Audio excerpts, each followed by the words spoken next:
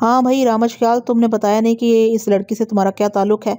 میرا اس لڑکی سے بہت گہرا تعلق ہے، بس تایا ابو یہ خیال رکھیے گا کہ اسے کوئی نقصان نہ پہنچے۔ اچھا بابا، اس کا مطلب ہے کہ وہ تمہاری دوست موست ہے؟ بابا کیا تم نہیں جانتے کہ وہ ہماری دشمن کی بیٹی ہے؟ ہم سے اسے کوئی فائدہ بھلا کیسے پہنچ سکتا ہے؟ راجہ وقار نے ہنستے ہوئے کہا۔ اس کی ہنسی بڑی بے ہنگم تھی اور زہر میں بجھی ہوئی تھی۔ تایا بات یہ ہے کہ رامش خیال نے کچھ بتانا چاہا، لیکن راجہ وقار نے اس کی بات فوراً کاٹ دی۔ اچھا تم اب چپ کرو، مجھے ذرا رشید سے بات کرنے دو۔ پھر وہ ماموں رشید سے مخاطب ہوا۔ ہاں بھئی رشید، رامش تو چلو لڑکا ہے، وہ اپنی دوست کے چکر میں آ گیا، پر بابا تم اپنی بتاؤ، تم کس چکر میں روشن کوٹ جا رہے تھے؟ تمہیں تو ہر بات کا پتہ تھا، تم بھی ہمارے قاتلوں سے جا ملے۔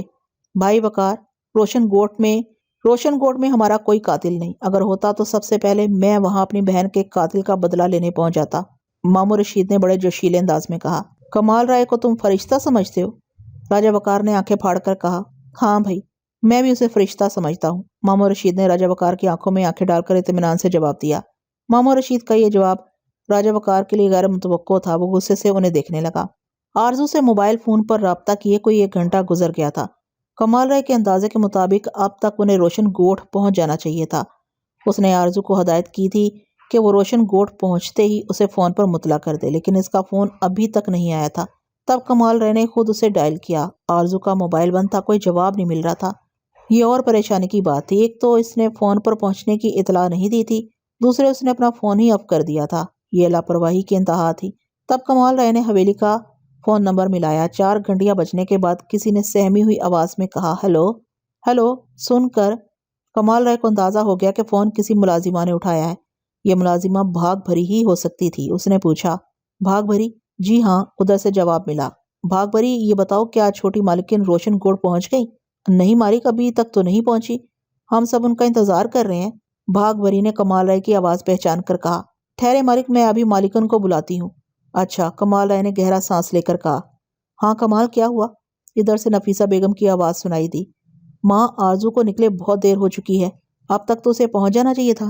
ہو سکتا ہے راستے میں گاڑی خراب ہو گئی ہو، تو ماں اسے فون تو کرنا چاہیے تھا، پریشانی کی بات ہے، اس نے اپنا فون بھی آف کر رکھا ہے، کمال رائے نے بتایا۔ پھر بولا، اچھا ماں، میں فون بند کرتا ہوں، جیسے ہی وہ حویلی پہنچے مجھے فوراً فون کر دینا۔ بیٹا تم فکر نہ کرو، میں فوراً فون کر دوں گی۔ پھر 1 گھنٹہ کیا کئی گھنٹے گزرے، دوپہر سے شام ہو گئی، لیکن آرزو کا کچھ پتہ نہ چلا۔ رولی راجہ وقار کے حکم کے انتظار میں بے چینی سے ٹہل رہا تھا۔ پھر اسے بلاوا آ گیا۔ وہ فوراً راجہ وقار کے حضور پہنچا اور ہاتھ باندھ کر کھڑا ہو گیا۔ جی مالک۔ رولی، اس لڑکی کو صحرا کی سیر کرا دو، جتنی دور اسے صحرا میں لے جا سکتے ہو لے جاؤ، میں نے اسے تمہارے اختیار میں دیا، جو چاہے برتاؤ کرو، میں بس اتنا چاہتا ہوں کہ وہ صحرا سے کبھی واپس نہ آ سکے۔ راجہ وقار نے ایک حکم سنایا۔ ٹھیک ہے مالک، وہ صحرا سے کبھی واپس نہ آ سکے گی، میری جیپ لے جاؤ۔ اکیلے جاؤ گے؟ راجہ وقار نے پوچھا۔ پھر رولی کے جواب دینے سے پہلے بول پڑا، اکیلے ہی جاؤ، وہ چھٹانگ بھر کی لڑکی ہے، دیکھو بابا، میری جیپ کے بجائے پجارو لے جاؤ۔ اکیلا ہی جاؤں گا مالک، ایسے معاملات میں گواہیاں بڑھانے سے اعتراض ہی کرنا چاہیے، رولی نے بڑے مؤدبانہ انداز میں کہا۔ واہ رولی واہ، تم نے بڑے پتے کی بات کی، جاؤ شاباش، خیال رکھنا۔ ٹھیک ہے مالک، میں چلتا ہوں، اب آپ بالکل بے فکر ہو جائیں۔ یہ کہہ کر وہ اس کے کمرے سے نکل گیا۔ ماموں رشید کمرے میں داخل ہوئے تو اس وقت تک رامش خیال منہ ہاتھ دھو کر تیار بیٹھا ہوا تھا۔ اسے چائے کی شدید خواہش ہو رہی تھی، وہ چائے کا انتظار کر رہا تھا۔ رامش، اندر حویلی میں تو تمہارے نکاح کی تیاریاں ہو رہی ہیں، ماموں رشید نے روح فرسا خبر سنائی۔ ماموں کچھ خدا کا خوف کریں۔ رامش خیال سیدھا ہو کر بیٹھ گیا۔ یہ آپ کیا کہہ رہے ہیں؟ جو اندر دیکھ کر آیا ہوں وہ کہہ رہا ہوں، ماموں رشید نے سنجیدگی سے کہا۔ آپ نے بتایا نہیں کہ میں نکاح کر چکا ہوں؟ رامش خیال فوراً بولا۔ نہیں، یہ بات میں نے نہیں بتائی، ماموں رشید نے دھیمے لہجے میں کہا۔ آپ کو بتا دینا چاہیے تھی، رامش خیال 2 ٹوک انداز میں بولا۔ بتانے کا فائدہ کیا؟ وہ اب کسی کی نہیں سنے گا۔ آپ کا مطلب ہے کہ وہ زبردستی میرا نکاح اپنی بیٹی کے ساتھ کر دیں گے؟ مجھے تو یہی دکھائی دے رہا ہے۔ ماموں، ایسا ہرگز نہیں ہو سکتا، یہ کہہ کر رامش خیال جوش میں کھڑا ہو گیا۔ کہاں ہے تایا؟ میں بھی جا کر اس سے بات کرتا ہوں۔ اسی وقت کمرے میں راجہ وقار داخل ہوا۔ اس نے رامش خیال کا جملہ سن لیا تھا۔ وہ بولا، میں خود آ گیا ہوں بیٹا، بولو کیا بات کرنی ہے؟ تایا، ماموں نے مجھے کچھ بتایا ہے۔ رشید نے اگر تمہیں کوئی بات بتائی ہے تو وہ ضرور کوئی اچھی بات ہوگی، تمہیں خوش ہونا چاہیے، لیکن تم تو خوش دکھائی نہیں دے رہے۔ تایا، وہ خوشی کی بات نہیں ہے، رامش خیال نے ذرا لہجہ بدل کر کہا۔ ایسا ہرگز نہیں ہو سکتا۔ بابا کیوں نہیں ہو سکتا؟ شکیلہ کی ماں نے مجھے کہا کہ شکیلہ کی منگنی تو ہو ہی چکی ہے، اب لڑکا گھر میں آیا ہوا ہے تو نکاح بھی کر دو، وہ لڑکا جب چاہے گا اسے آ کر لے جائے گا۔ مجھے شکیلہ کی ماں کی بات بڑی پسند آئی۔ میں نے کہا صد بسم اللہ بھاگیوان ابھی لے۔ یہ سوچ کر شکیلہ کی ماں کبھی کبھی عقل کی بات کرتی ہے۔ ماں نے فوراً نکاح کے انتظامات کا حکم دے دیا، اور نکاح میں کرنا کیا ہے، ایک قاضی کو بلانا ہے، وہ آئے گا، آ کے 2 بول پڑھائے گا، بس اتنی سی بات ہے۔ کیوں رشید؟ راجہ وقار نے تائیدی نظروں سے ماموں رشید کو دیکھا۔ خیر بھائی وقار، یہ بات اتنی سی نہیں ہے جتنی تم نے بنا دی ہے، بہتر ہوگا کہ رامش خیال کی بھی سن لی جائے۔ ماموں رشید نے تائید کرنے سے انکار کر دیا۔ ہاں جی کیوں نہیں؟ راجہ وقار نے اپنی آنکھیں پھیلائیں۔ ہاں بیٹا بولو۔ تایا ابو، آپ یہ بات اچھی طرح جانتے ہیں کہ میں اس رشتے سے انکار کر چکا ہوں۔ بچکانہ بات مت کرو۔ میں نے تمہارے انکار کو انکار نہیں مانا، اسے تمہارا بچپنا جانا۔ آپ کو شاید یہ معلوم نہیں کہ میں نکاح کر چکا ہوں۔ کیا کہا؟ راجہ وقار کا چہرہ ایک دم سرخ ہو گیا۔ رشید یہ کیا کہہ رہا ہے؟ میرا خیال ہے کہ رامش خیال جو کچھ کہہ رہا ہے ٹھیک کہہ رہا ہے، ماموں رشید نے بڑے اطمینان سے کہا۔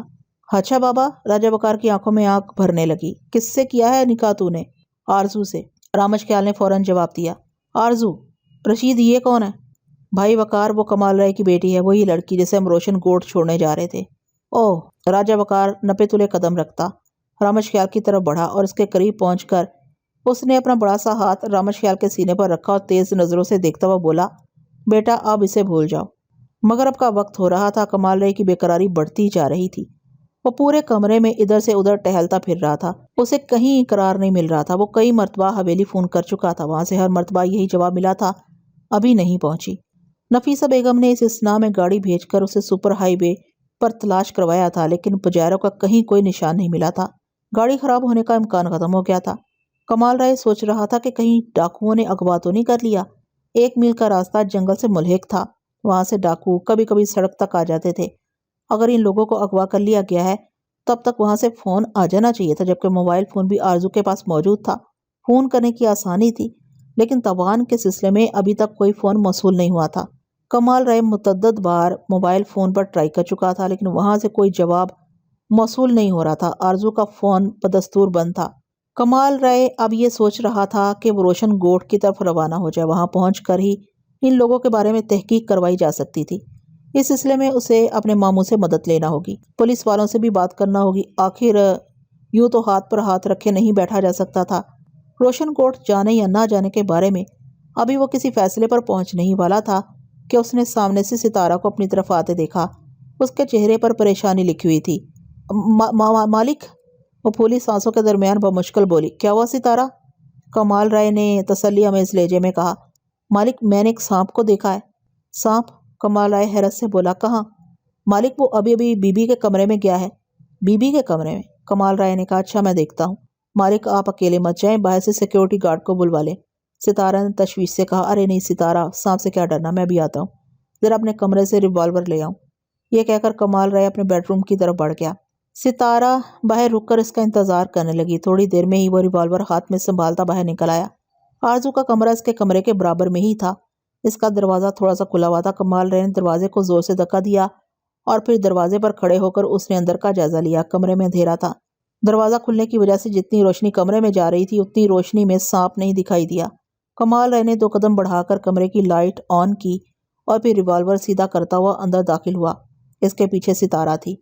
وہ 2 قدم آگے بڑھتا رہا اور کمرے کا جائزہ لیتا رہا، یہاں تک کہ وہ آرزو کے بیڈ تک پہنچ گیا۔ اسے ابھی تک کہیں سانپ نظر نہیں آیا تھا۔ ابھی وہ ادھر ادھر نظریں گھما ہی رہا تھا کہ اچانک ستارہ پیچھے سے بولی۔ مالک یہ کیا؟ وہ سمجھا کہ ستارے نے سانپ دیکھ لیا۔ اس نے 1 قدم پیچھے ہٹ کر ریوالور والا ہاتھ بلند کیا اور بولا، کدھر؟ مالک یہ نشان چادر پر۔ کمال رائے نے بیڈ پر بچھی چادر پر نظر ڈالی تو اسے درمیان میں 2-3 جگہ سے چادر جلی ہوئی نظر آئی۔ یوں محسوس ہوتا تھا جیسے کسی نے بیڈ شیٹ پر تیزاب ڈالا ہو۔ کئی جگہ سیاہ نشان پڑے ہوئے تھے۔ تب اچانک ہی کمال رائے کے دماغ نے کام کیا۔ اسے یہ اندازہ کرنے میں دیر نہ لگی کہ یہ نشان کس چیز کے ہیں۔ ایسا معلوم ہوتا ہے جیسے سانپ نے جگہ جگہ چادر میں اپنا پھن مارا ہو۔ مالک اتنا زہریلا سانپ ہے کہ اس کے منہ مارنے سے چادر جل گئی۔ اس طرح کے نشان قالین پر بھی تھے اور انہیں غور سے دیکھنے پر اندازہ ہوتا تھا کہ جیسے سانپ بیڈ سے اتر کر کھڑکی کی طرف گیا ہے۔ کمال رائے نے آرزو کا کمرہ بڑی باریک بینی سے چھان مارا، لیکن وہ سانپ کو نہ پا سکا۔ ادھر عجیب تکرار چل رہی تھی۔ راجہ وقار کا اصرار یہ کہ اسے بھول جاؤ، اور رامش خیال کی ضد یہ کہ تایا اسے بھول گیا تو پھر کیا رہ جائے گا۔ اب یہ تکرار چل ہی رہی تھی کہ ایک ملازم نے قاضی کے آنے کی اطلاع دی۔ رامش خیال کو اصلاح کے زور پر اٹھایا گیا۔ ماموں رشید نے احتجاج کیا۔ رامش خیال نے غصہ کیا، لیکن راجہ وقار نے کسی کی نہ سنی۔ اس پر بس ایک ہی دھن سوار تھی کہ یہ نکاح ہر صورت میں ہو کر رہے گا۔ قاضی فارم پر کر چکا تھا۔ ماموں رشید بار بار رامش خیال کی طرف دیکھ رہے تھے، اسے آنکھوں ہی آنکھوں میں کسی تشدد امیز عمل سے روکنے کی تلقین کر رہے تھے، اور راجہ وقار پر یہ بات اچھی طرح روشن کر چکے تھے کہ اس طرح زبردستی نکاح پڑھانا ٹھیک نہیں۔ لڑکا جب نکاح پر راضی نہیں تو اس طرح زبردستی کا نتیجہ برا ہی نکلے گا۔ لیکن راجہ وقار کی سوئی نکاح پر اٹکی ہوئی تھی۔ اس نے طے کر لیا تھا کہ چاہے کچھ ہو جائے یہ نکاح ضرور ہو کر رہے گا۔ خیر جب قاضی نے ایجاب و قبول کے لیے لڑکی کے قوائف اور مہر کی رقم وغیرہ بتا کر کہا آپ کو قبول ہے، تو رامش خیال نے جواب میں بے دھڑک لاہور پڑی۔ لاہور سن کر قاضی صاحب کی سٹی گم ہو گئی۔ وہ تو خدا کا شکر ہے قاضی صاحب انسان تھے، ورنہ کب کے غائب ہو چکے ہوتے۔ جب زبانی رامش خیال نے اقرار نہ کیا تو اس کے سامنے نکاح نامہ رکھا گیا اور اس پر دستخط کرنے کو کہا گیا تو مسلح شخص اس کے سر پر مسلط تھے اور راجہ وقار گھور کر رامش خیال کو دیکھ رہا تھا۔ اس کی آنکھیں سرخ ہوتی جا رہی تھی اور پیشانی پر بل پڑنے شروع ہو گئے تھے۔ رشید اس سے کہو اگر اپنی زندگی چاہتا ہے تو اس نکاح نامے پر دستخط کر دے۔ بھائی وقار، میں اس طرح کوئی بات رامش سے نہیں کہہ سکتا، ماموں رشید نے صاف انکار کر دیا۔ پھر تم دونوں میرے ہاتھ سے بچ کر نہ نکل سکو گے، راجہ وقار نے دھمکی دی۔ بھائی وقار، جو ہوگا دیکھا جائے گا، ماموں رشید نے بڑے اطمینان سے کہا۔ ان کے چہرے پر کسی قسم کی کوئی پریشانی نہ تھی۔ رامش جلدی کرو، نکاح نامے پر دستخط کرو، راجہ وقار نے ایک مرتبہ اور کہا۔ رامش خیال نے کچھ سوچ کر ہاتھ بڑھایا۔ قاضی نے اس کے سامنے بھرے ہوئے فارم رکھے۔ رامش خیال نے نکاح نامے کے فارم ہاتھ میں اٹھائے اور انہیں ٹکڑوں میں تبدیل کر دیا۔ پھر اس نے یہیں پر بس نہیں کیا بلکہ یہ ٹکڑے فضا میں اچھال دیے۔ راجہ وقار کا غصہ اس وقت قابل دید تھا۔ اس نے اپنے دونوں ہاتھوں کی مٹھیاں بیچ لیں اور دھاڑا، رامش یہ تو نے اچھا نہیں کیا، تو شکیلا کا نہیں ہوا تو کسی کا بھی نہیں ہو سکے گا۔ سانپ تلاش کرتے ہوئے کمال رائے کو 1 گھنٹہ گزر گیا۔ اس اثناء میں اس نے ایک مرتبہ حویلی بھی فون کر لیا تھا، لیکن وہاں سے حسب معمول وہی جواب ملا تھا، ابھی نہیں پہنچی۔ سانپ کی تلاش سے تھک کر اس نے روشن گوٹھ جانے کا فیصلہ کر لیا تھا۔ ابھی وہ ایک سیکیورٹی گارڈ کو لے کر گاڑی میں نکل ہی رہا تھا کہ ستارہ بے تحاشا دوڑتی ہوئی آئی۔ مالک، بی بی کا فون ہے۔ مالکن کا؟ کمال رائے سمجھا نفیسہ بیگم کا فون ہے، اس لیے اس نے وضاحت چاہی۔ نہیں مالک، آرزو بی بی کا، ستارہ نے جلدی سے کہا۔ آرزو کا نام سن کر وہ آنکھیں بند کر کے گاڑی سے نکلا اور گھر کے اندر کی طرف بھاگا۔ چند لمحوں بعد ریسیور اس کے ہاتھ میں تھا۔ آرزو، آرزو تم کہاں ہو؟ بابا پریشان نہ ہو، میں بالکل خیریت سے ہوں اور کراچی واپس آ رہی ہوں، بابا آپ میرا انتظار کریں۔ اور اس سے پہلے کہ کمال رائے سے مزید سوال و جواب کرتا، ادھر سے فون کا سلسلہ منقطع ہو گیا۔ اس نے اللہ کا بے اختیار شکر ادا کیا، اگرچہ اس سے پوری بات نہ ہو سکی تھی، لیکن یہ کیا کم تھا کہ وہ جہاں بھی تھی خیریت سے تھی اور کراچی واپس آ رہی تھی۔ رات کے 11:30 بجے گھر کی بیل بجی۔ گھنٹی کی آواز پر کمال رائے کے کان کھڑے ہو گئے۔ وہ اپنے اوپر والے بیڈ روم میں تھا اور ٹہل رہا تھا۔ اس نے کھڑکی کا پردہ ہٹا کر گیٹ کی طرف دیکھا۔ اس وقت گیٹ کھل چکا تھا اور کمال رائے کی پجیرو اندر داخل ہو رہی تھی۔ فرنٹ سیٹ پر اس کی چہیتی بیٹی اس کی آرزو موجود تھی۔ بس اس نے اتنا ہی دیکھا اور اپنے بیڈ روم سے نکل کر دھڑا دھڑ سیڑھیاں اترنے لگا۔ آرزو نے اپنے باپ کو اوپر سے اترتے دیکھ لیا تھا۔ وہ گاڑی سے نکل کر بے قراری سے اپنے باپ کی طرف بڑھی اور اس سے لپٹ گئی۔ بابا، میری بیٹی، میری آرزو، تو کہاں چلی گئی تھی؟ کمال رائے کی بے قراری قابل دید تھی۔ بابا، میں بالکل خیریت سے ہوں، اس نے اپنے باپ سے الگ ہو کر آنسو پونچھے۔ شکر ہے اللہ کا، وہ خالق کائنات کا شکر گزار ہوا۔ اسی وقت آرزو پجاروں کے پیچھے گئی اور بلند آواز میں بولی، آپ آئے نا، گاڑی کے پیچھے کیوں کھڑے ہیں؟ کون ہے آرزو؟ کمال رائے نے 2 قدم آگے بڑھائے، تب ایک شخص گردن جھکائے گاڑی کے پیچھے سے نکلا۔ کمال رائے نے اسے غور سے دیکھا، اسے یقین نہیں آ رہا تھا کہ وہ رولی ہی تھا۔ رولی تم؟ کمال رائے حیرت سے بولا۔ مالک السلام۔ وہ کمال رائے کے سامنے ہاتھ باندھ کر کھڑا ہو گیا۔ آرزو، تم رولی کے ساتھ آئی ہو؟ اس کے ساتھ؟ اب اس کی حیرت دور نہ ہوئی تھی۔ ہاں بابا، میں ان کے ساتھ آئی ہوں، انہوں نے نہ صرف میری زندگی بچائی بلکہ بہت عزت اور احترام کے ساتھ یہاں لائے ہیں۔ بابا، آپ ان کو جانتے ہیں؟ ہاں، بہت اچھی طرح، یہ تمہارے دادا روشن رائے کے ملازم خاص تھے، کمال رائے نے بتایا۔ کیا دادا نے انہیں نکال دیا تھا؟ نہیں، انہوں نے نہیں، میں نے اسے نکالا تھا، کمال رائے بولا۔ اچھا، تبھی یہ آپ کے سامنے آنے سے کترا رہے تھے؟ یہ مجھے گیٹ پر چھوڑ کر واپس جا رہے تھے، میں نے زبردستی اندر لے کر آئی ہوں، آرزو نے رولی کی طرف دیکھ کر کہا۔ تم نے بہت اچھا کیا آرزو، بہت عقل مندی کا ثبوت دیا، کمال رائے نے خوشتری سے کہا۔ آرزو، چلو اندر چلو، تمہارا کیا حلیہ بنا ہوا ہے؟ پھر وہ ایک سیکیورٹی گارڈ سے مخاطب ہو کر بولا، انہیں ڈرائنگ روم میں بٹھاؤ۔ جی سر، سیکیورٹی گارڈ نے فرما برداری سے کہا اور رولی کو ایک طرف چلنے کا اشارہ کیا۔ رولی چند لمحے رکا، جیسے گھر میں نہ جانا چاہتا ہو، گھر سے باہر جانا چاہتا ہو۔ پھر کچھ سوچ کر وہ سیکیورٹی گارڈ کے ساتھ چل دیا۔ آرزو اور کمال رائے گھر میں جا چکے تھے۔ آرزو نے اپنے کمرے تک پہنچتے پہنچتے کمال رائے کو 4-5 جملوں میں سارا حال کہہ سنایا۔ اچھا آرزو، تم تھکی ہوئی ہو، شاور لے لو، میں جب تک رولی سے بات کر لوں۔ ہاں بابا، آپ ان سے بات کریں، وہ بہت اچھے آدمی ہیں۔ آرزو کے ریمارکس پر کمال رائے دھیرے سے مسکرایا۔ وہ اچھی طرح جانتا تھا کہ رولی کس قسم کا آدمی ہے، لیکن وہ جیسا بھی تھا اس کے لیے آج فرشتہ ثابت ہوا تھا۔ اللہ کے کھیل بھی نرالے ہیں، کون کب کیا بن جائے یہ بس وہی جانتا ہے۔ کمال رائے ڈرائنگ روم میں داخل ہوا تو رولی اسے دیکھتے اسپرنگ کی طرح اٹھ گیا اور اس نے اپنے دونوں ہاتھ باندھ لیے اور سر جھکا کر کھڑا ہو گیا۔